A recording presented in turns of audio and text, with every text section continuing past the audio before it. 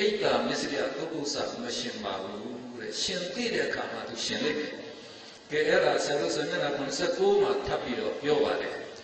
သူတစ်ပါးရဲ့စီးစိမ်ချမ်းသာညူဆူနေတဲ့အခါအိတ်သာရှင်တယ်နော်အဲ့တော့မနာလိုညူဆူတယ်ဆိုတော့အိတ်သာနဲ့ဆိုင်တော့အိတ်သာရှင်တယ်အဲ့ဒီအခါမှာမစ္စရိယပုဂ္ဂိုလ်စာမရှင်ဘူးသူတို့နဲ့မဆိုင်တော့မရှင်ဘူးတခါမိမိရဲ့စီးစိမ်ချမ်းသာကိုလျှို့ဖွက်နေတဲ့အခါမစ္စရိယရှင်တယ်ကိုစီးစိမ်ချမ်းသာလျှို့ဖွက်တယ်ဆိုတာသူများနဲ့ကိုကမမျှဝေခြင်းဘူးနော်မဆက်ဆံစေခြင်းဘူးဆိုတော့အဲ့ဒါနော်နှမျောတူတူတဲ့သဘောပါတာပဲအဲ့ဒါကစင်းနေတဲ့တူတူတဲ့သဘောပါတယ်ဒါမစ္စရိယပြောတာပဲဒါကြောင့်အဲ့လိုကိုကလျှို့ဖွက်တဲ့အခါဘယ်မှာမဟုတ်ရင်နှမျောတူတူနေတဲ့အခါမစ္စရိယနဲ့ဆိုင်တော့မစ္စရိယရှင်တယ်အဲ့ဒီအခါအိတ်တာပုဂ္ဂိုလ်စာမရှင်ဘူးသူတို့နဲ့မဆိုင်တော့မရှင်ဘူးတခါပြုတ်ခဲ့မိတဲ့ဒုစရိုက်မပြုတ်ခဲ့မိတဲ့သူ့စရိုက်တွေကိုနောင်တကပူပန်နေတဲ့အခါပုဂ္ဂိုလ်စာရှင်တယ်ဒါပုဂ္ဂိုလ်စာနဲ့ဆိုင်တာဘူးနောင်တကပူပန်နေကြအဲ့ဒီအခါအိတ်တာမစ္စရိယမရှင်ဘူးတဲ့ဤသို့တတိတခြားနော်တတိတခြားဇီရှင်ခြင်းကိုနာနာနီးနဲ့ရှင်တယ်လို့ခေါ်ပါတယ်နာနာဆိုတာအတိအကျတော့အဓိပ္ပာယ်ရအဲ့တော့အတိအကျဆိုတော့ကဒါနော်တစ်ခုချင်းတော့ရှင်တယ်အဲ့တော့သူတို့နဲ့ဆိုင်တဲ့အခါမှပဲသူကရှင်ပါတယ်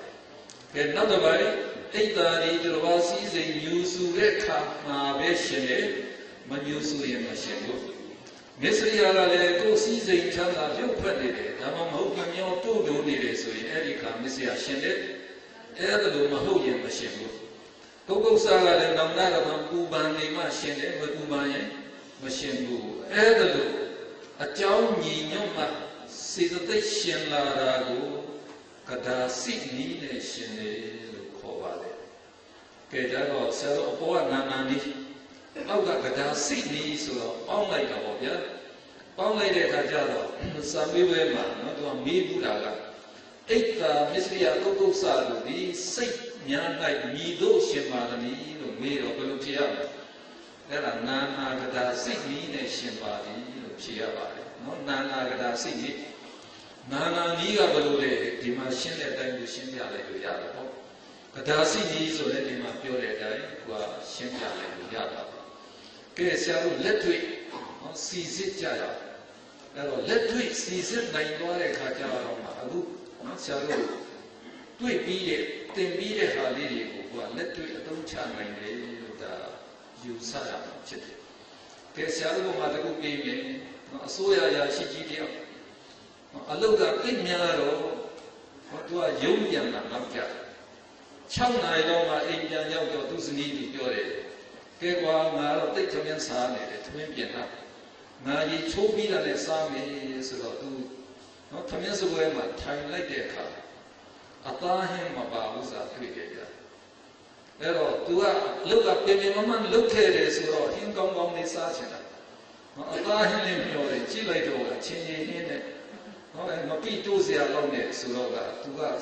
အဲ့မှာအလိုမကျစိတ်ကောက်သွားတဲ့တော့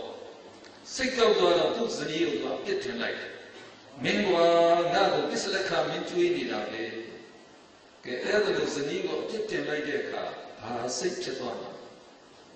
ဘာစိတ်ဖြစ်သွားမှာကဲမမီတော့ဒေါသမုစိတ်ဖြစ်တယ်ဒါအလိုမကျဘူးဆိုတော့အလိုမကျရင်ဒါဒေါသမုစိတ်ဖြစ်တယ်အဲ့တော့ဘာစိတ်ဖြစ်သွားတယ်လို့အဲ့ဒါစံပွဲမှာဖြေထားမေးထားတဲ့ဟာကိုကိုကဖြေရင်ဒေါသမုစိတ်ဖြစ်ပြီးတလောက်နဲ့မပြီးနိုင်နဲ့နော်ဒေါသမုစိတ်ကနှစ်ပါးရှိတယ်အဲ့တော့နှစ်ပါးရှိတယ်ဆိုတော့ဘယ်ဒေါသမုစိတ်လဲအဲ့တော့အသင်္ခါရိကလားတသင်္ခါရိကလားအဲ့တော့ဟင်းမကောင်းတာမြင်တဲ့ချက်ချင်းဆိုစိတ်ဆိုးသွားတယ်ဆိုရင်ဒါအသင်္ခါရိကပဲကဲဒါလို့ဆိုရင်ဒေါသမုစိတ်အသင်္ခါရိကတော့သိပြီအပြည့်စုံလေးကိုပြောပြပါဦးနော်စိတ်နာမည်အပြည့်စုံပြောတော့ဆရာတို့စိုးစိုးကဖတ်သွားတယ်လို့ပေါ့ဒေါမနတသဟတောပတိကသံယုအသင်္ခါရိကဒေါသမုစိတ်ဖြစ်ပါသည်ဒါဆိုရင်စမတ်ထဲကနာမရပါပြီနော်နာမရတော့အဲ့တော့မိဘကနောက်ဆက်တွဲရှိသေးတယ်ရင်းစိတ်၌မြည်သည့်စေတသိက်များရှင်ပါသည်ဟော စိတ်သိပြီးရှင်တဲ့စေတသိက်ပြောနိုင်ရမယ်ဗျာပြောနိုင်ရမယ်ဆိုတော့ဆရာတို့မကျွမ်းကျင်ခင်ကတော့ဒီဇယားတွေဆရာတို့ပြန်ပြီးတော့လည်းအထောက်အကူရယူရတော့ပေါ့ဗျာကျွမ်းကျင်လာတဲ့ခါကျရင်ဒီဇယားမလို့ကြည့်ဖို့မလို့ဟုတ်ကဲ့ဆရာတို့ဒီစိတ်ဖြစ်သွားပြီဒေါသမုအသင်္ကာရိကစိတ်အဲ့တော့ဆရာတို့အစဉ်ချင်းကြည့်လို့ရတယ်နော်အဲ့တော့ဒီဒေါသမုစိတ်မှာအညတမန်စေတသိက်ကြီးကဘာစေတသိက်ရှင်မလဲဆရာတို့သိချင်တဲ့အခါကျတော့ဒေါမနတသဟာကိုစိတ်ဆင်းရဲခြင်းနဲ့တကွာဆိုတော့ပီတိမပါဘူးသိပြီပီတိမပါတော့ဆရာတို့ဘာပြောနိုင်လဲပီတိကျင်တော့အညတမန်စေတသိက်12ပါးပြီးရင်ဒီအကုသိုလ်စေတသိက်ကြီးကနော်ဘယ်စေတသိက်တွေရှင်မလဲအဲ့တော့ဆရာတို့သိထားတာမောစတု၄ပါးကအကုသိုလ်စိတ်အားလုံးမှာရှင်နေဆိုတော့မောစတု၄ပါးပါမယ်ပြီးတော့ပဋိကသံယုတ်ဆိုအမျက်ဒေါသရှင်လေဆိုတော့ဒေါသမပါဘူးလားအဲ့ဒီဒေါစတုထဲကဒေါသပါတယ်ဗျာအဲ့တော့ဆရာတို့ကအခုစဉ်းစားရမှာကဘုန်းကဟာလေးပဲနော်ကိုအဲ့တော့ဒေါသပါတယ်ဆိုတော့ဒေါသကတော့သူကနိယတယောဂီဆိုဒေါသမှုစိတ်ဖြစ်တဲ့အမြင်ပါမှာပဲသူကပါမှာပဲအခုဆရာတို့ကဒီသုံးခုနော်မောစတုရှင်လီလို့ပြောလိုက်တဲ့အခါဟာမောစတုထဲမှာအိတ်တမစ္စယပုဂ္ဂုစပါနေတယ်အဲ့ဒီသုံးခုကအနိယတယောဂီတွေအနိယတယောဂီဆိုတော့ရှင်ဘုံမမြဲဘူးနော်ရှင်သိမှသူရှင်လိုက်တယ်အဲ့တော့ကဲအခုဟင်းမကောင်းလို့စိတ်ကောက်သွားတဲ့လူမှာနော်အိတ်တမနာလိုမှုရှိသလားမရှိဘူးမရှင်ဘူးအိတ်တမရှင်ဘူးကဲနှမျောတိုးတိုးတဲ့မစ္စရိယကိုဖြစ်နေလားမဖြစ်ရင်မရှင်ဘူးနောင်တရခံကိုဖြစ်သလားအဲ့တော့ဒီသုံးခုမရှင်ဘူးနော်မရှင်ဘူးဆိုတော့ဒေါသကထုတည်းပဲရှင်ရကဲဒါဆိုရင်သုံးသွားပြီဒါစီအသိပ်ပေါက်ရပြီနော်ဘုန်းကဒေါသမုအသင်္ခါရိကစိတ်ဆရာတို့ပြောထားပြီရှင်တဲ့စေတသိက်ကြီးကပီတိခြင်းပညာတမန်စေတသိက်12ပါးမောစတု4ပါး16ပါးရပြီပြီးတော့ဒေါသပေါင်းလိုက်တော့12ပါးပဲရတယ်20မရဘူးဘာဖြစ်လို့လဲဘုံသုံးခုမပါဘူးအဲ့တော့12ပါးပဲရှင်တယ်နော်ဒါရသွားတယ်ကဲဆရာထပ်ပြောမယ်နော်ဒီမျိုးသားပဲဘုန်းကသူစနီးကိုပုံငေါက်လိုက်တော့သူစနီးကအခန်းထဲဝင်ပြီးတော့အိယာထဲမှာသွားပြီးတော့နော်ဒါစိတ်မကောင်းဘူးဆိုတော့ထွေးနေပြီအဲ့တော့စားနေရင်လည်းသူစဉ်းစားရတယ်အော်လာကုန်တော့မှာပဲမနေ့ကတည်းကလာကုန်တော့မှာဆိုငါလာကကုန်တော့ဖြစ်ရောပေါ့ဒါငါစနီးကအသားဟင်းမဝယ်နိုင်တာအဲ့တော့အချင်းချင်းဟင်းကတော်တော်ရတာရှိတာဒီကောင်းကောင်းလေးစီမံတော့ငါ့ကိုချွေးတာပဲဘုံက6ကျော်လေးပဲပါလိုက်သေးတယ်ပဲအဲ့တော့ငါသူ့ကိုမောက်လိုက်တာမှားသွားပြီဆိုတော့အဲ့ဒါပါစိတ်ဖြစ်တယ်အဲ့တော့မှားသွားပြီဆိုတော့ဒါပုဂ္ဂုစဖြစ်ပြီဆိုတာသိပြီပေါ့ပုဂ္ဂုစဖြစ်ပြီဆိုရင်အဲ့ဒါဘာစိတ်ဖြစ်လဲပဋိဌာန်တော်ပုဂ္ဂုစဖြစ်တဲ့ပုဂ္ဂုစစိတ်ဖြစ်တယ်လို့တောင်းဖြစ်ပုဂ္ဂုစစိတ်ဆိုတာမရှိဘူးအဲ့တော့အပြန်အလှန်လေနော်ဒီပုဂ္ဂုစကဒေါသမုစိတ်မှာပဲရှင်နိုင်တယ်ပုဂ္ဂုစဖြစ်နေရင်လည်းဒေါသမုစိတ်ဖြစ်သည်လို့ဒါဆရာကသိရမှာပဲဒါဒေါသမုစိတ်ကံဖြစ်ပြန်တာပဲအဲ့တော့ဒီဒေါသမုစိတ်ကအသင်္ခါရိကလားသသင်္ခါရိကလားအဲ့သူကတော့ချက်ချင်းသူကနော်ဒီနောင်နာတော့ဖြစ်တာသူကတဖြည်းဖြည်းစဉ်းစားပြီးတော့မှဟာငါသွားပြီးတော့သူ့ကိုနော်အောင်လောက်လိုက်တာမှားတော့ပြီဆိုတော့ဒါဆိုရင်တော့မထက်မြက်ဘူးမထက်မြက်တော့သသင်္ခါရိကစိတ်လို့ပြောတာပုံမှန်တယ်ဒါလို့ဆိုရင်စိတ်နာမယ်ဆရာတို့မပြောနိုင်ဘူးလားအဲ့တော့နော်သသင်္ခါရိကဆိုတော့စောစောကပြောတဲ့အတိုင်းဒေါမနတသဟာကိုပဋိကသံယုသသင်္ခါရိကဒေါသမုစိတ်ဖြစ်ပါသည်ကဲရှင်တဲ့စေတသိက်ပေါ်ပြပါဆိုတော့ဘုန်းကပြောတဲ့ဒီ19ပါးကနိယတယောဂီတွေသူတို့ကပြန်ရှင်းဦးမှာပဲဒေါသမုစိတ်ဖြစ်တိုင်းရှင်းမှာပဲဒါကြောင့်ဆရာကဒေါမနတဆိုတော့ပီတိကျင်ပါလေပီတိကျင်အညတမန်17ပါးအဲ့တော့မောစတု4ပါးရှင်းမှာပဲ16ပါးရပြီဒေါသထည့်လိုက်19ပါးရနေပြီအဲ့တော့ဆရာတို့ကဒီ3ပါးတည်းဘယ်လိုပါမလဲပုဂ္ဂုစပါတယ်တော့ပုဂ္ဂုစထည့်လိုက်တော့ဆရာတို့ဘယ်လောက်ရပါလဲ18ပါးပြီးတော့နော်ဒီဆရာတို့ကသသင်္ခါရိကစိတ်လို့ပြောထားရင်တော့ဌိနမိတ်ထပ်ပေါင်းလိုက်တာပေါ့ဌိနမိတ်ထပ်ပေါင်းလိုက်တဲ့အခါကျတော့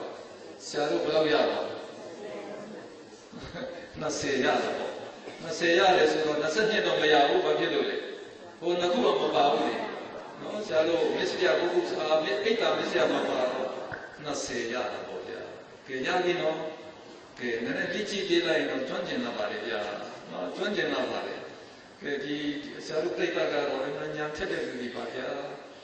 ကဲဆရာတို့ကပြောမယ်ဒီမျိုးသားနောက်နေ့ကျတော့ဟာသူကအလုတ်ကလည်းလည်းပါတော့စိုးပြန်နိုင်တယ်ဗျာအဲ့တော့၄နိုင်ခွဲတာလောက်ဆိုအိမ်ရောက်လာပြီအဲ့တော့အိမ်ပြန်လာမယ်ဆိုတော့ဟာငါစနီးတွေ့ရတော့မယ်ငါစနီးတွေ့ရတော့မယ်ဆိုဝမ်းမြောက်ဝမ်းသာနဲ့ပြန်လာတာအဲ့တော့ခြံထဲဝင်လာတာနော်အဲ့တော့စနီးရဲ့ရောက်တော့မတွေ့ဘူးအိမ်ထဲဝင်လိုက်တော့လည်းစနီးရဲ့ရောက်မတွေ့ဘူးဟာငါစနီးပဲငါသွားမလဲအိမ်နောက်သေးသွားကြည့်လိုက်တော့မှခြံစည်းရုံးမှာဟိုဘက်ခြံကမျိုးသားနဲ့အဲ့ဒီသူ့စနီးကစကားပြောနေတာတွေ့တယ်ဗျာဒါဆိုပါစိတ်ကြည့်တယ်အဲ့တော့ဒါဆိုတော့ကစိတ်ဆိုးပါပဲဘာကြောင့်စိတ်ဆိုးလို့ဒီကကြတော့ဘာကြောင့်စိတ်ဆိုးလဲအေးတော့ကိုစနီးဟိုဘက်မျိုးသားနဲ့အဲ့တော့ဒါနော်သူကကိုမရှိတဲ့ချိန်မှာချင်းစကားပြောတယ်ဆိုတော့ကကိုမျိုးသားကကိုထက်သားလို့ဖြစ်နေတယ်ဆိုအဲ့ဒါမနာလို့ပဲမနာလို့တဲ့အတွက်ကြောင့်စိတ်ဆိုးတာနော်စိတ်ဆိုးတယ်ဆိုတော့ဒေါသမှုစိတ်ဖြစ်ပြန်ပြီပေါ့တွေ့တဲ့စိတ်ဆိုးတယ်ဆိုရင်ဒေါသမှုအတ္တိကာလိကစိတ်ပေါ့ကဲဘာစေတသိက်ရှင်မလဲ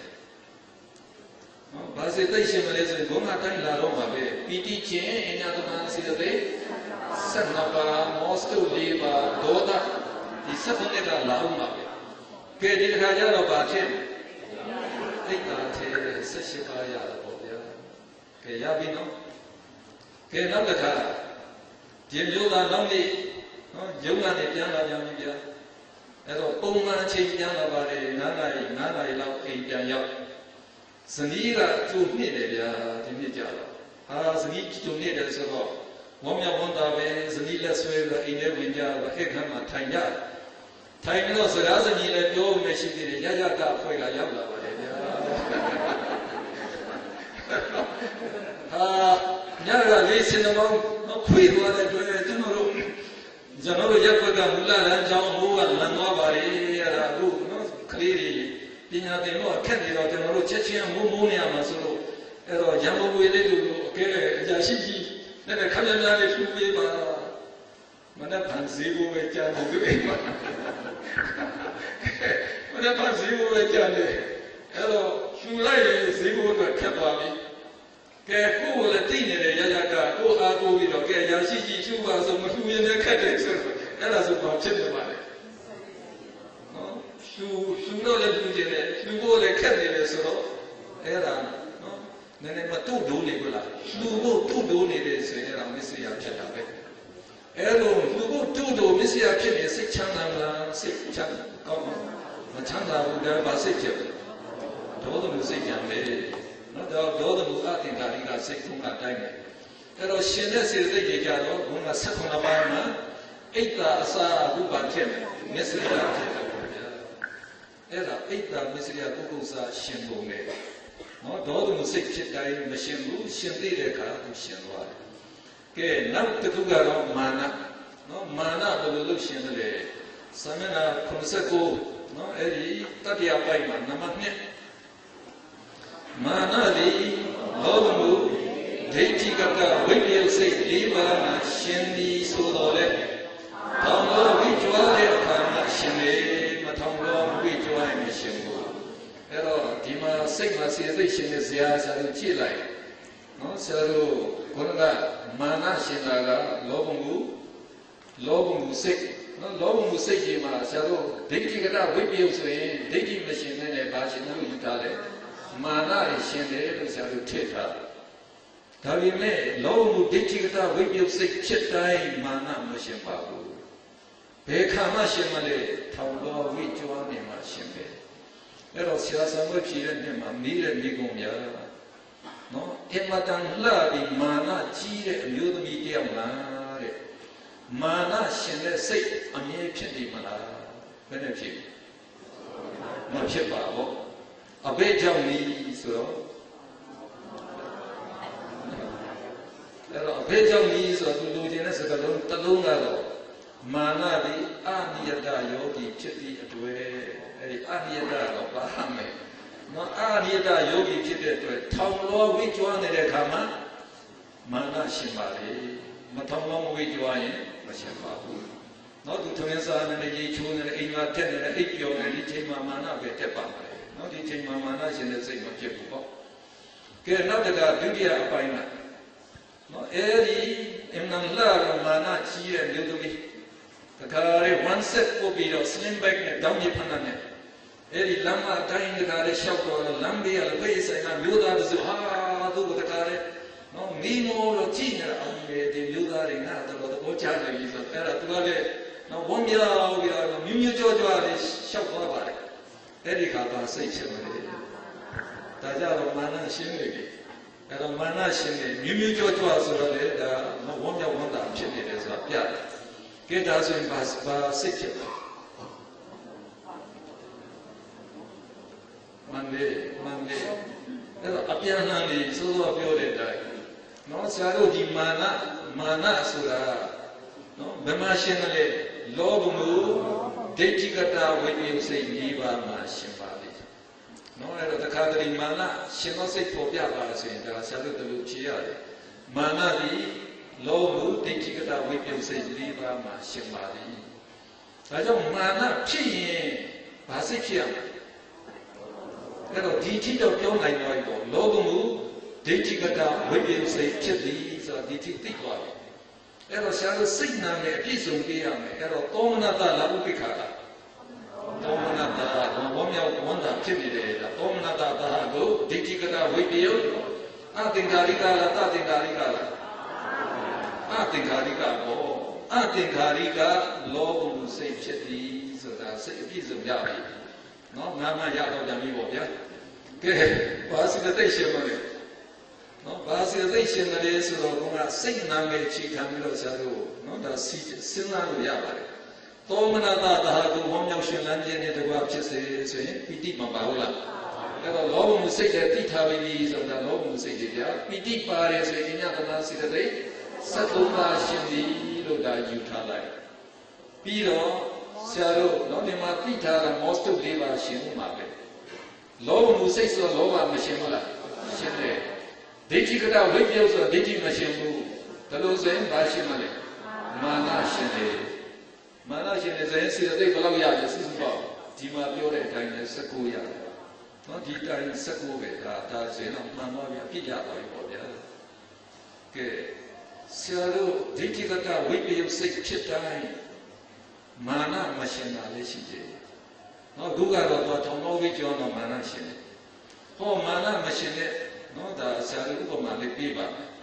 ကိုသာဝမနေ့အိယာကလို့တော့ခလေးတွေငိုးတယ်ဟဲ့ရှင်မရေခလေးတွေဘာကြောင့်ငိုလို့ရှင်းနေတော့ခလေးတွေမင်းညာကနော်သမင်းမစားဘဲနဲ့အိတ်ကြရတယ်ဒီမနေ့ကလည်းစားဖို့ဆံမရှိဘူးတော့အဲ့တော့ခလေးတွေစားလို့ငိုးနေပါလေအဲ့တော့ကိုသာဝဘာလို့ကတော့ကမန်းလေးထားဆံမိုးရအောင်ရှာတော့မယ်အဲ့တော့ဆံမိုးရအောင်ဆိုသူကအလုပ်ကျန်းသမားနော်ဒီပြန်ကြအလုပ်သမားဆိုတော့အဲ့တော့သူအလုပ်လေးရနိုင်တဲ့နေရာကုံစိမ့်နော်ကုံစိမ့်ဈေးတဲ့သူပေါ့တော့ရှောက်တယ်ကုံစိမ့်ဈေးမှာတပတ်ပြီးတပတ်ဘယ်သူများသူ့ကိုနော်ဒီကုံစိမ့်နေပယ်ဖို့ခိုင်းမလဲပေါ့ခိုင်းလိုက်ရင်ဒီရတဲ့လူကလေးနဲ့အိမ်ပြန်ပြီးတော့ဆံဝဲကအိမ်ပြန်နေတယ်လို့ကြီးမှန်းတာတပတ်ပြီးတပတ်သာရှောက်နေတယ်ပြေးပြေးနေရလည်းမြင့်လာဘယ်သူမှလည်းသူ့မခိုင်းဘူးဆိုတော့ငွေကမရဘူးဗျာအဲ့လိုရှောက်သွားရင်းနဲ့တဏှာမှာတော့အမျိုးသမီးတယောက်ကဈေးဝယ်ရင်းနဲ့နော်ဒီအသီးအနှံတွေပါလေကန်ရင်းနဲ့သူ့ရဲ့ပိဿာတိတ်ကလေးအသာလေးမှချတော့ဒီဘက်နားမှာဆိုင်ရှင်နဲ့သူကစကားကောင်းတယ်ကိုတော်ကရှောက်သွားတော့ပိဿာတိတ်မြင်တယ်ဗျာဟာဒီပိဿာတိတ်ငါသာလေးယူလိုက်ရငါပိဿာလိုးနေတယ်ငါယူလိုက်ကောင်းပါပဲစိတ်ကဖြစ်တယ်ဗျာဒါပေမဲ့နော်ဟောကောင်းတဲ့စိတ်ကပြန်တားတယ်မင်းယူလို့မဖြစ်ဘူးမင်းယူရင်တော့ခိုးရရောက်တယ်မင်းမိသွားမှမတတ်တာမမိရင်လည်းမင်းအပင်ငရဲရောက်နိုင်သေးတယ်မယူနဲ့ဒါကောင်းတဲ့စိတ်ကတားဟောမကောင်းတဲ့စိတ်ကပြန်တိုက်တော့မင်းမယူလို့မဖြစ်ဘူးခလေးတွေငိုးနေတယ်နော်အဲ့တော့ဆံမိုးရဖို့ရည်ချီတယ်အဲ့တော့ဒီညမှာဖြည့်ရှင်းဖို့မင်းယူရမယ်အဲ့ဒါ you like the area, get was sick. Every place you get in was sick. Hello, no one to never see you is sort of a cool. And a budget for the little name that Loba. No Loba, what a shame of that I know, shame of that I know Loba, cool like that. There was a law who says to us, I don't think what we know. The law being a shadow number, peace of Yoga, Tomanatala, Ubikala. There are Dinyama to Udetim among your own Damoku. No sickly, you don't know, take only the Uniaris or Munyamunam of you. As a Ubikata, Saruyabi. You know, Dekika, Tamula, Wibula. One that can't get into the singing leader. Kuya, you get body days or can't get you to think it. No TV, Saruga, no Goa, Loba, Achi, what you meet up there. Get a loose way, Dekika, wait me, you can't get you TV, you man machine. Machine, Dekika, wait me, you. Atinga, Tatinga, Taitonia is Tatinga, it doesn't piece of Yavabi. No, there was a saying about him, Upika, the Hado, Dekika, wait me, you. Tatinga, Lord will say, and the Lord will say to me, Lord will say to me, get facilitation of it.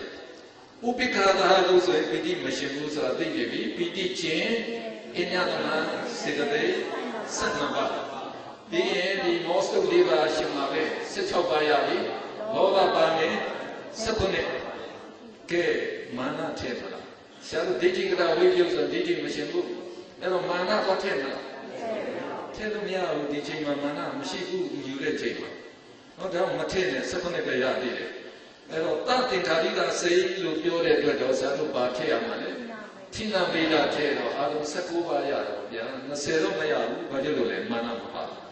No, that's a good idea. Get on my number two, Tina Media, and a woman shall Anieta Yogima, Choku, I will see the detail Chokuga, Tina Media party. And a Omaka Peter, number two, Tina Media, the Akutala, Takin Kariga, Six Nava, Shinjari Sudole, 6 the day you lean and time minded Kanada. The bounty Shinjari, 6 the day you can't jump and Sunday car. Mashima Sudo. The Goa Kudawa, not to go to take 200, Tatinga Singh, not Jude, Shadu, Tina Meja, take her. Having the Tina Meja, one pure times, who is cool legend, but again, say lean and time minder. Ero Martina Meja Shinde, Ero Gunga, Kudawaga. No, they say lean and time minded, so they are. Again, oh, no, night needed to Machaku. Me going to a young young, we will let the Giro, not to our garden, or the again, no Jajanet, you like it above Bay. Tajo Sado, Tina Media, take Oga, much a little Yila in government, I'm watching more. That'll go about your and Tina Media, the Aniata Yogi, Kitty, say Lil and Time My Shimadi. No, say Lil and Time My name, Makilia. Mishima, Sino Pivo. Okay, you media of Zion is no Zion, Pion is Loba Sin and Yoraba. No Loba Sin and Zion is a bit with Pion, not Zion. And where you are Malabu. Not near the Pureka, and one night me, the candidates, you know. Eras a elder, my needle can no longer say that. Erajalo Tina Media Party, the Saluta, so like a boy. Get not the car, Salu Eri with the tine, no with the tine Abamina. Gunaga Salu Anieta Yogi Tema, no with the tine Abamina Party, Yoro. Nama Lili Salu Sepiro Patlajaba.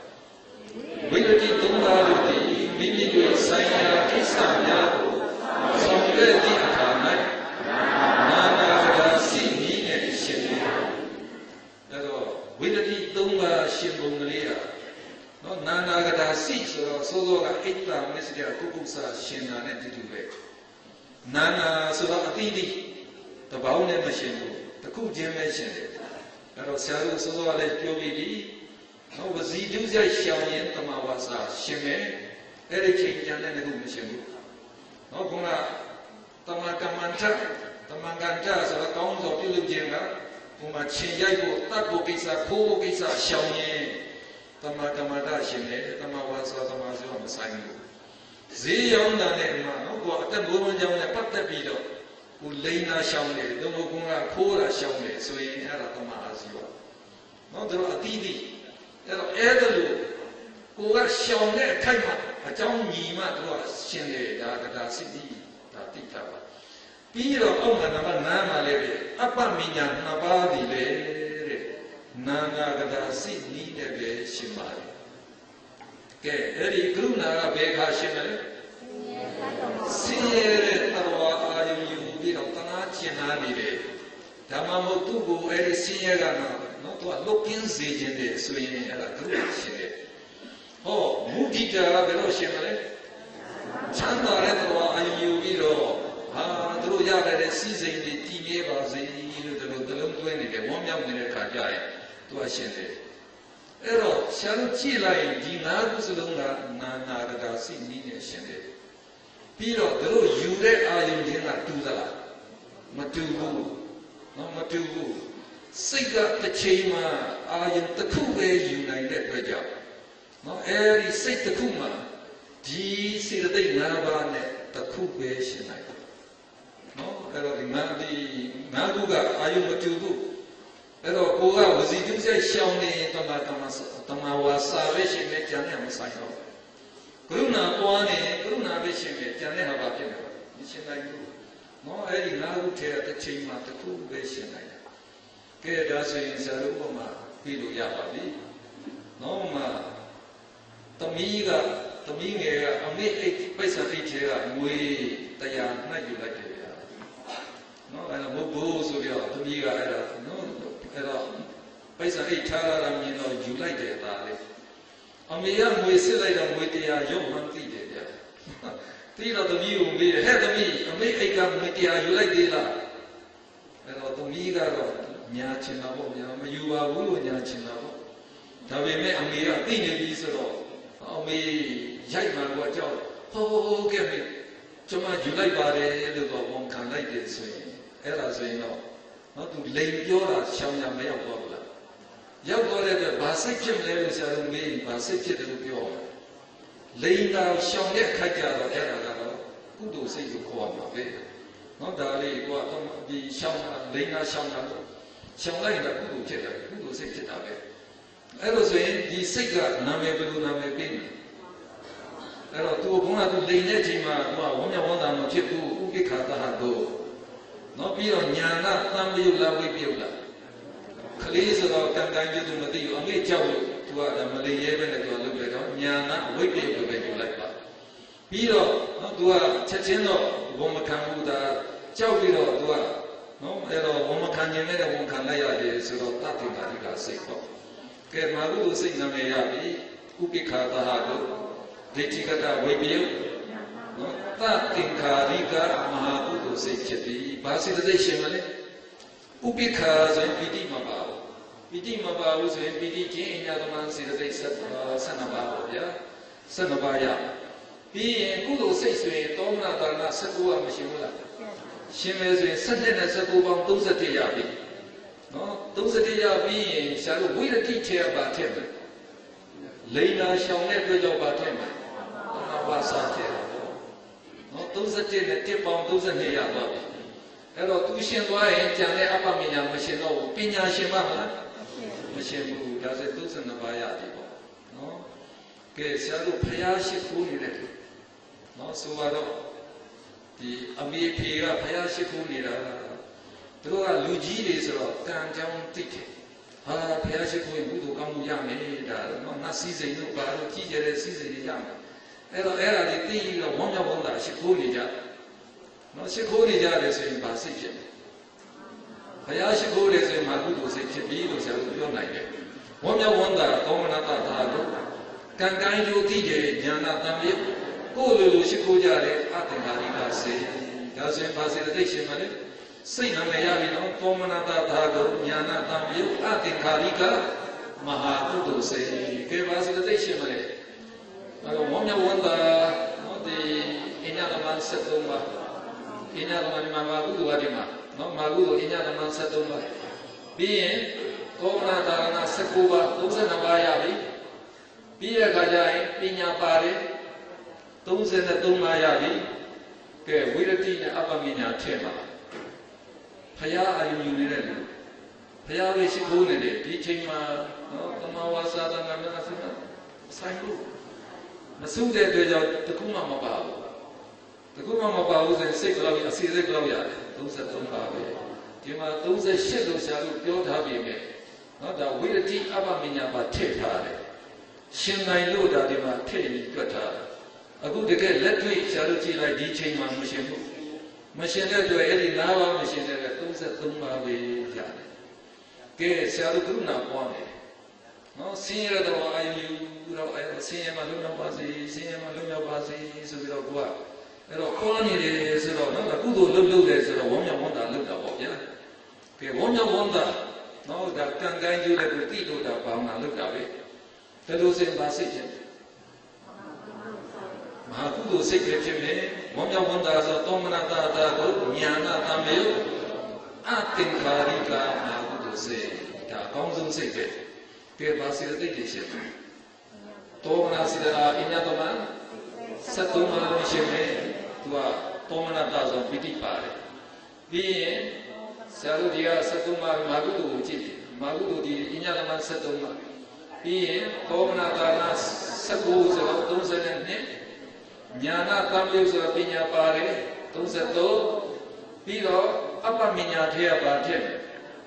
ကရုဏာထက်တယ်ကရုဏာပွားတယ်မုဒိတာပွားရင်မုဒိတာထက်ကရုဏာပွားရင်ကရုဏာထက်ဘယ်လောက်ရ34ရတယ်အဲ့တော့ကုသိုလ်စိတ်ဖြစ်သွားတဲ့အခါအဲ့ဒါလိုစိတ်သိ34ပါးတိရှင်တာအများဆုံးပဲဘာဖြစ်လဲဆိုဒီ5ပါးထဲကတစ်ခုပဲရှင်နိုင်တယ်ဆိုတော့4ပါးကတော့နှုတ်ပါမှာကိုအဲ့တော့ဒီ38မဖြစ်ဘူးเนาะဒါ4ကတော့နှုတ်ပါမှာပဲအဲ့ဒီ34အများဆုံးပဲဗျာအဲ့တော့เนาะဆော်ဒီတချို့ဇံပွဲမှာမေးပါတယ်အဲ့ဒီစိတ်ကြီးမှာစိတ်သိအနည်းဆုံးရှင်တဲ့စိတ်ကပါစိတ်လေအဲ့တော့เนาะစောစောရရှာလို့မြင်ခဲ့ပြီပါပဲစိတ်လေစိတ်သိအနည်းဆုံးရှင်တာဆရာတို့ဘုမာလေဒွေပင်စဝိညာဉ်30ဒွေပင်စဝိညာဉ်30မှာစိတ်သိခုနလုံးပဲရှင်တယ်လေအဲ့တော့ဒွေပင်စဝိညာဉ်30၌တပ္ပစိတ်ကသာရဏစိတ်သိခုနပါးသာရှင်ပါသည်ဒါကြောင့်ဒါစိတ်သိအနည်းဆုံးရှင်တဲ့စိတ်ပဲစိတ်သိအများဆုံးရှင်တဲ့စိတ်ပေါ်ပြပါဆိုရင်ဒီဇရာအရာဆိုတော့ဒီ38ကတော့အများဆုံးပဲနော်မဟာကုသိုလ်ပထမဒွေ၌အညတမစိတ်သိ73ပါးသောမနာစေတသိက်25ပါးပေါင်း38ပါးရှင်နိုင်သည့်အတွက်စေတသိက်အများဆုံးရှင်သည်ဟုဆိုနိုင်ပါသည်အမှန်ရမတကယ်ဆိုတော့အမှန်မဟုတ်သေးဘူးเนาะအဲ့လိုဆိုနိုင်ပါသည်ပြီးဆိုရင်တော့ကိုကဘာပြောရမှာလဲသို့တော့ဝိရတိနဲ့အပ္ပမညာတို့သည်အနိယတယောဂီဖြစ်ပြီးဟောเนาะယူသည့်အာယုကွဲပြားကြသည့်အတွက်စိတ်တစ်ခုတွင်၎င်းစေတသိက်5ပါးနဲ့တပါးသာရှင်နိုင်ပါသည်တပါးပဲရှင်မယ်ဆိုရင်သူကြောင့်စေတသိက်အများဆုံး34တာရပါသည်เนาะအဲ့တော့ကိုကဘာထပ်ပြောမလဲဆိုတော့အဲ့ဒီ38ထက်နောက်တော့နေတာလေးတစ်ခုကတော့ဒီက36ပြเนาะအဲ့ဒီ36ကတော့လောကုတ္တရာစိတ်အဲ့တော့လောကုတ္တရာပရမဇန်စိတ်10ပါးမှာစေတသိက်36ပါးရှင်တာအဲ့ဒါအများဆုံးရှင်တာအများဆုံးရှင်တာပဲဒီမှာဆိုရင်ဆရာတို့ကဘုန်းတော်လူလေးကလေးနှုတ်သွားမှာလေလေးနှုတ်သွားလိုက်တယ်ဆိုရင်ဒါဒီက34 33 33 32ပဲရမှာပေါ့ဒါကြောင့်ဒီ36ကအများဆုံးမနေဘူးလားဒီအဲ့ဒီလောကုတ္တရာစိတ်မှာတော့နော်ဒီဆရာတို့ဝိတ္တိ3ပါးလုံးတစ်ပေါင်းနဲ့ရှင်တာကိုရှင်တဲ့အတွက်အဲ့ဒါစေသိအများဆုံးရှင်သွားပါတယ်ကဲဆရာတို့ကအဲ့ဒီအထိသိသွားရင်သိကောင်းတယ်ဗျာနော်ဆရာတို့အဲ့ဒါတော့သိတယ်ဆိုရင်ဟာဒါအဘိဓမ္မာမှာဆိုကိုကတော်တော်လေးကိုနော်ကိုကဂုံယူနိုင်ပြီကဲအဘိဓမ္မာဝိုင်းပြီးတော့နော်ဝိုင်းထိုင်ပြီးတော့နော်ဒါဆွေးနွေးကြမှာဆိုအောင်လေဘယ်စိတ်ဖြစ်သွားဘာစိတ်ရှိဘာစိတ်ရှိလဲကိုကပြောနိုင်တယ်ဆိုရင်ကိုတော်တော်ထင်ကြီးမယ်ဗျာနော်ထင်ကြီးတယ်ဆိုရင်ဖိတ်လေးပါလေးတိုက်ပါပေါ့ဗျာနော်တော့ဖက်တော့ကျင်းတော့ကလေးတော့လည်းစားမှာပေါ့အဲ့တော့ဒီနေရာမှာအရေးကြီးတာကနော်ဆရာတို့ဖခင်က ဒီလိုစိတ်ဖြစ်သွားရင်ဒီလိုစေတသိက်တွေရှင်လေလို့ပြောသွားတဲ့အခါပြန်စဉ်းစားကြည့်လိုက်ဒါအင်မတန်နော်နဲ့နေခက်ခဲတဲ့အရာကိုဘုရားဟောတာခြင်းဖြစ်ပါတယ်စဉ်းစားကြည့်ဆရာတို့လက်တစ်ဖြစ်မှာစိတ်ကလေးမသိနော်စိတ်ကလေးအသိဖြစ်သွားတဲ့အခါဒီစိတ်မှာဘာစေတသိက်တွေရှင်သွားတယ်ပြောဖို့ဆိုတာလွယ်ပါမလားနော်အင်မတန်ခဲရင်တာပါအင်မတန်ခဲရင်တာပါတော့မြတ်စွာဘုရားအင်မတန်ခဲရင်တဲ့နော်ဒီအရာကိုဒါကိုထိုးထွင်းမြင်ပြီးတော့ဟောပြသွားဟောပြတော့ကိုဆရာတို့ကတင်လိုက်တဲ့ခါကျတော့ဟောနော်ဒီတဏှာယနာယတွင်းပဲဆရာတို့ကတော့ဆင်ញင်လို့နိုင်တော့တဲ့ဘောရောက်တော့တော့ဗျာနော်၃နာရီပြုစုပါတော့ပေါ့နော်၃နာရီဆရာတို့ကဆင်ញင်နိုင်သွားတယ်ဆိုတာဖခင်ကဟောပြီးထားလို့လမ်းပြသွားလို့နော်တုတ္တမယညာနဲ့ဆရာတို့ကိုဆင်ញင်လို့ရသွားတယ်အဲ့တော့ဆရာတို့တို့သိတော့ပိုကောင်းတယ်နော်ဘာစိတ်ဖြစ်တယ်ဘာစိတ်သိတဲ့ရှင်တယ်ကိုကသိသွားတာနောက်တော့လေအခုစိတ်မှာငါဘာစိတ်ဖြစ်နေပြီဘာစိတ်သိဖြစ်နေတယ်လို့ဆိုတာလေသိအောင်လည်းဆင်ញင်ပြီအဲ့တော့ဆရာပြောတင်တာကနော်မြတ်စွာဘုရားကအဲ့ဒါလိုဟောသွားတာလူတွေကတော့ဆရာတို့ဝိပဿနာရှုတဲ့အခါအဲ့ဒီအထိမြင်ဖို့လိုမလားအဲ့ဒါကြတော့ဆရာမျိုးဆက်အချိန်မျိုးပေးတယ်နော်အဲ့တော့ဆရာတော်များများကတော့မလိုဘူးလို့ပြောပါတယ်နော်မလိုဘူးလို့ပြောပါတယ်အခုရိတ်တာအသီးသီးမှာဆရာလည်းရိတ်တာတော်များများဝင်ခဲ့ပါတယ်နော်ရိတ်တာအသီးသီးမှာဝင်ခဲ့တယ်ဆရာလည်းလိလာတော့လည်းလိလာတယ်နော်ဘယ်ရိတ်တာဘလို့အထုတ်တယ်ဂိုင်္ဂါရိတ်တာဘလို့နော်ဘလို့တရားအထုတ်တယ်ဆရာမေးပါတယ်နော်ကိုကမသွားပြီလေအထုတ်တဲ့လူတွေနော်ကဲဘလို့ရှုရတယ်လေဘလို့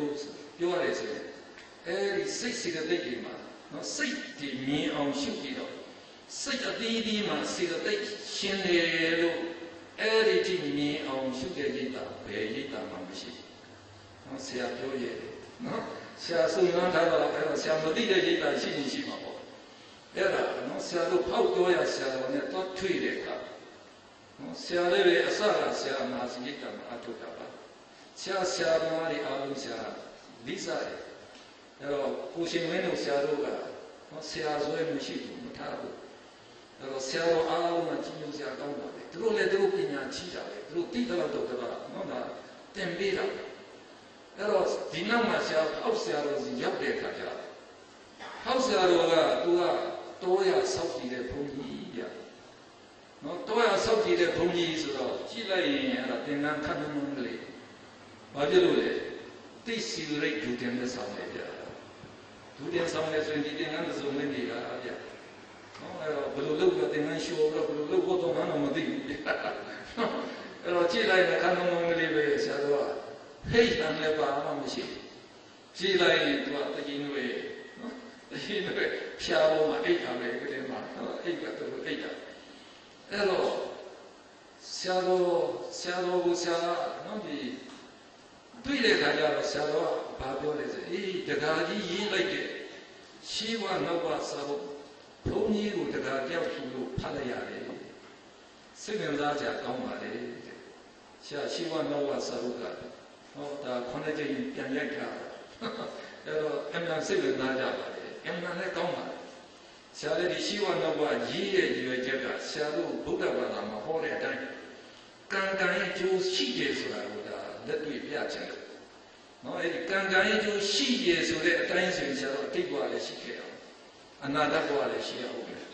အဲ့ဒါကြောင့်အတိတ်ဘဝတွေတကယ်ရှိနိုင်တယ်အနာဂတ်ဘဝလည်းတကယ်ရှိတယ်ဆိုတာသိကြတယ်နော်ဒါသိပ္ပံနည်းကြအောင်ထောက်ထားတယ်နဲ့ဆရာတင်ပြသွားတယ်တင်ပြသွားတဲ့အတွက်ကြောင့်လည်းနော်အဲ့တော့ဖတ်ကြည့်လိုက်ရင်မကြားဘူးမမြင်ဘူးဒီမှာတွေ့ရမှာပါအဲ့တော့တရားရဲ့စောစောစိတ်ဝင်စားစရာကောင်းပါတယ်အဲ့တော့တရားစိတ်ဝင်စားရင်လည်းဒီရိတ်တာမှာအထုနေတဲ့ယောဂီတွေစီစစ်ကြည့်ပါတဲ့နော်ဒါမေးမြန်းကြည့်ပါအင်တာဗျူးလုပ်ကြည့်ပါပြပြတယ်ဗျာအင်တာဗျူးလုပ်ကြည့်ပါသူတို့ကိုလည်းပဲပြိဿသမုပ္ပါအကြောင်းကျိုးဆက်နွယ်မှုကိုဘုန်းကြီးကမြင်အောင်ရှင်းခိုင်းတယ်ဒါတော့အကြောင်းကျိုးနော်ပြိဿသမုပ္ပါအကြောင်းကျိုးဆက်နွယ်မှုကိုကမြင်အောင်ရှုရတော့မယ်ဆိုရင်ကိုယ်တိတ်ကမြင်အောင်ရှင်းရတယ်ဗျာအတိတ်ကမှာကိုပြောထောင်လာတဲ့ကုသိုလ်ကောင်းမှုဒါနော်အတိတ်ကအဝိဇ္ဇာတဏှာဥပါဒံအခြေခံတဲ့ကုသိုလ်ကံအကုသိုလ်ကံတွေလုပ်ကြတယ် Eri kudo kan ye, no, era tenkara kama boa, da salo desa boba temure, salo le teumaba, no, kanshi yawa, salo desa boba, atise temaba. Tenne sura salo abinama, what sisi da atise pione le sura time. Eri abinam di desa boba jam tenne, atise lama ya, atise taka le tekona. Ero, jiboa go pisire. Take Jamava, Wizardana, Ubaran, Tinkarakan, Era me on Chia Maria. Being horrible, but they can need it to me on Chia. No, on me, one Jadina. Go up, leave and Sakti Rechima, Edima. Hoga Tinkara Pissia, Winyana, no Yola, oh, Eri Winyan, Passages of me on Chia. Ero, Sadua, Magudo, and Jogi, or Sadua, Bar, Saint as a big on the Timane. Mawi per se, no, Mawi per se, Shipa, nega, Tababa, ne bring on the tea. Ero, Shalodima, Mawi per se, Shipa. No, Mawi per se, Shipa. Ero, Patama the Zunze, or Patama Dui, Nes, we know, Shadow, see that it and Dukia Duis and those and it. No, Tatia, Stuka Duis and those that it. Ero, see the Shina. Ero, Ero, me on Giamagia. How Toyama, editing a Dia to me, the Yogi and Yazuga Togu Tamari, they the money, no, they do money. That was Sayamadi Pari. Shamadi Paro, do Vinama, Mademu, Yamademu. Ero, no, these single me on Shimlanga, Shinji, Mijita. Pass it a vacation that is pure money. Money. Those at the loom, no, those in the loom, Sunday to look. Let's see the vacation water. Ma on Bill Nigeria. Many sections on Basitation, Bill Nigeria, Tabasita, Dana, City Condalo. Hello, now the shadow we teach that in there. No shadow, the Ayam Sin Ayam Missima, Tayo, Eri Ayam 10 wine. Many say the Mude Chetamlo. No shadow, Pinsa, or the Wizan, the Ayam Sin in a long Mamina, Pinsa, or the Wizan in Pierre. Pinsadora Bizan Pippy and Mindisi to check the chip. Pippy in Siazo, Pippy in the Ayungu, Tamati Saint Siga, Lekande. Tandirana Siga, Tomagon Sunzande. Piro Manodo Bizan, Tomagon Sumchak. Sumchak Piroma era hard, they declare they come as a long signet. Shall Conajin Kanzaria, era so sick to call it. Low music Conajin Chetwa. No, Piroma, I don't think going that I will let him like the area. Piroma, era Bowen, sick, Bowman, and sick, and witty sick to call it. No, shall witty sick so. Every sick a same time, Chibara, me on ship like the area. How do I yogi? No, let the children believe the thing, chapter negative, they look of me, Malay. There are no Kanja and Saru, John in Malay, shoot like the Sule no, shoot like the Jama. Ero Lolina Piola, every popular yogi, who sit my chipwa city out of me on ship like it. Sit the lousy machine or a sit the lady at a me on Shibara. Ma on ship like it, Ma on ship like it. Ero Dini Puro Dija on Sierra, no, Shia Tanaga. Shia Tarubira Tana, Monin Debde Darubira Tana, Pamoka, Tana Mu. Sia level, Siama, settle yourself for the Eddie came a Jama Pitari, Tongo, she's a Shikuni. A Jama Pitari is okay, Minu, no, quick, someone please say a payment. Toavio Atuja. Siago and Topu Piro say Yama, 2 hours, 2 later, other than Drew Atulea, Puya Beto. Eddie Puya Nevia, the settle your necker. Say yoga Uzara Maria. No, the yoga Patamazami Papore. Uzara Maria was an imminent kitten. No, Salo Zanjam was a many yoga baby. The Uzara Maria, 6, the Loba Doda Moa, Skinwari, the Sita with the Pitwari. Early chamber, one imminent Susha Toba and Lina Puppy. This is big Abu, waiting in there. No, Edalu, the Eri Uzara Madi, the Koyane Yadesla, in Matan, ရှားပါတယ်ဗျာပြီးတော့နော်ဆရာတို့ကပြန်ပေါ်လိုက်ပြီလေအဲ့ဒီရပြီးတဲ့ဆရာမတွေကဇနီးတင်းတွေဆိုရင်ဖောက်တော့အားထုတ်တယ်ဗျာနော်တောက်ကြံလေးညနေဆိုရင်တို့ကအဆောင်မှနေကြတာဖောက်သွားတာဇနီးတင်းတွေဆက်ဆက်တော့အဲ့ဒါလိုတော့ဆက်အားထုတ်တာနဲ့ဝိပဿနာပြီးတဲ့အထိရှုနိုင်တယ်ရှုနိုင်တဲ့အခါကျတော့အဲဒီဆရာမနဲ့ဆရာမလေးဟေးကုသိုလ်စိတ်ဖြစ်သွားရင်စေတသိက်34လုံးအောင်ရှင်သွားတယ်မင်းတို့တစ်လုံးချင်းရှုလို့ရတာညပါတယ်ဆရာနော်အဲ့တော့တစ်လုံးချင်းရှုပြီးတဲ့အခါဒီစိတ်ကြည့်လိုက်တဲ့ဘာစေတသိက်တွေရှင်လဲတစ်ခါနဲ့သိသွားတယ်အဲ့တော့ဆရာမဘယ်လိုလုပ်သိလဲဟာဆရာတဲ့နော်မှလူတစုလာတယ်ဆိုတော့လူကတော့ကိုကဘယ်လိုတွေလာတော့မသိဘူးပေါ့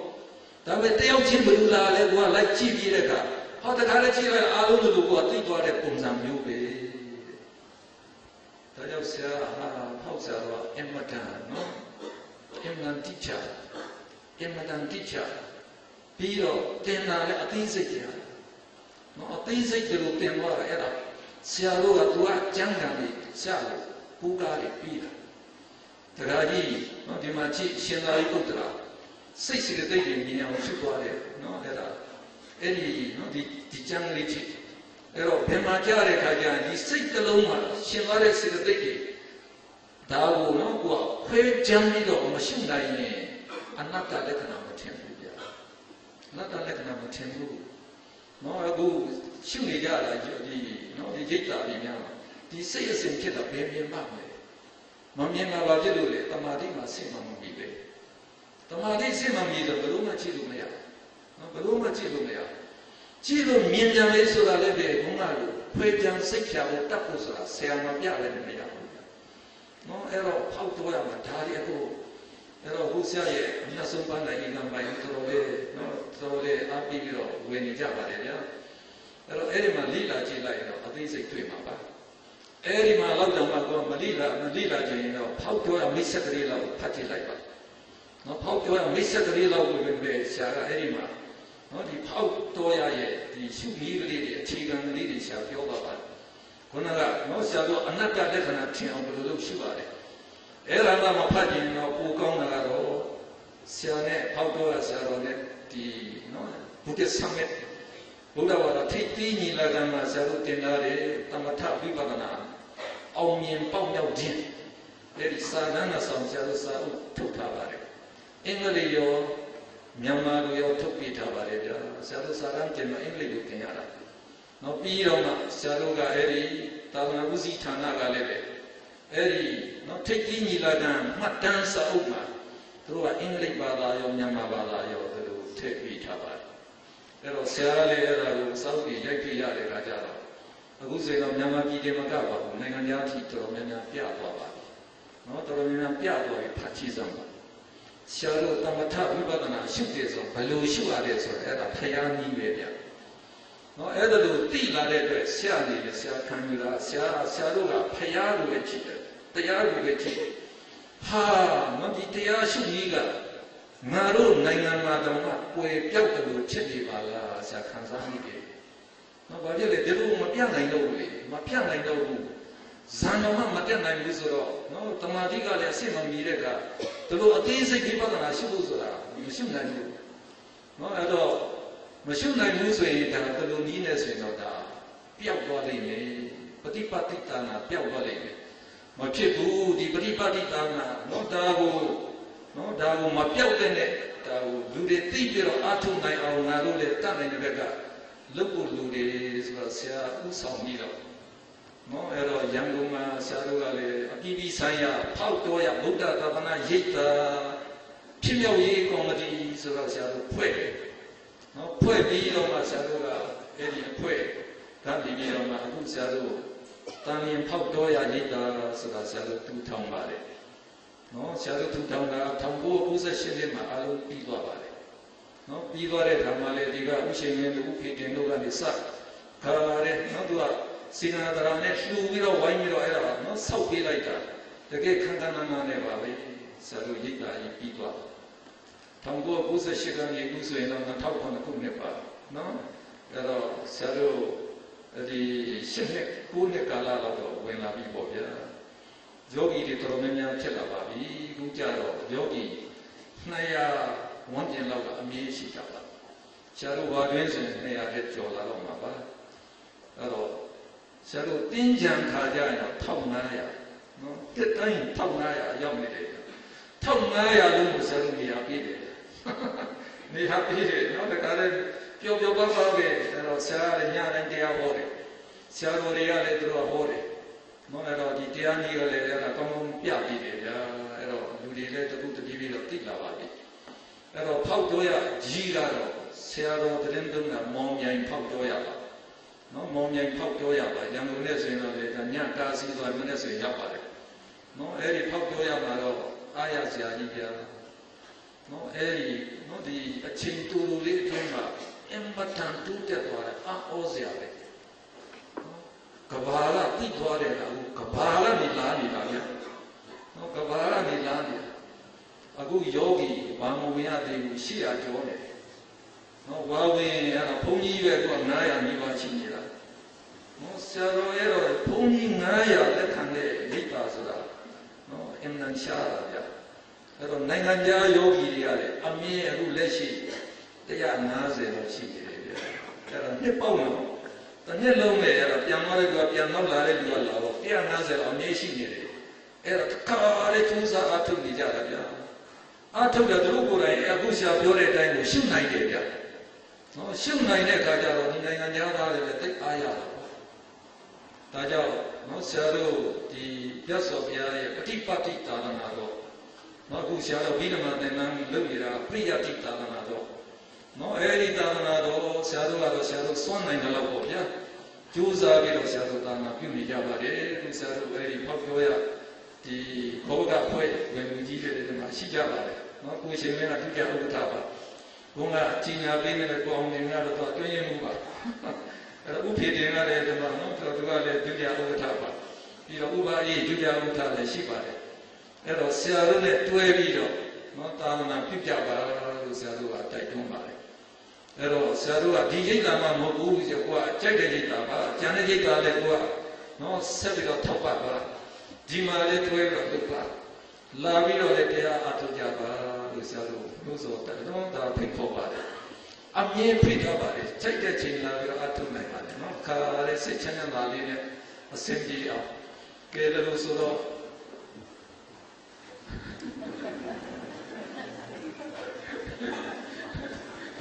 ဒီနေ့တော့ဆရာတို့စောစောပဲရလိုက်ပါမယ်။အပိလိုက်ကြရအောင်။ဣမယ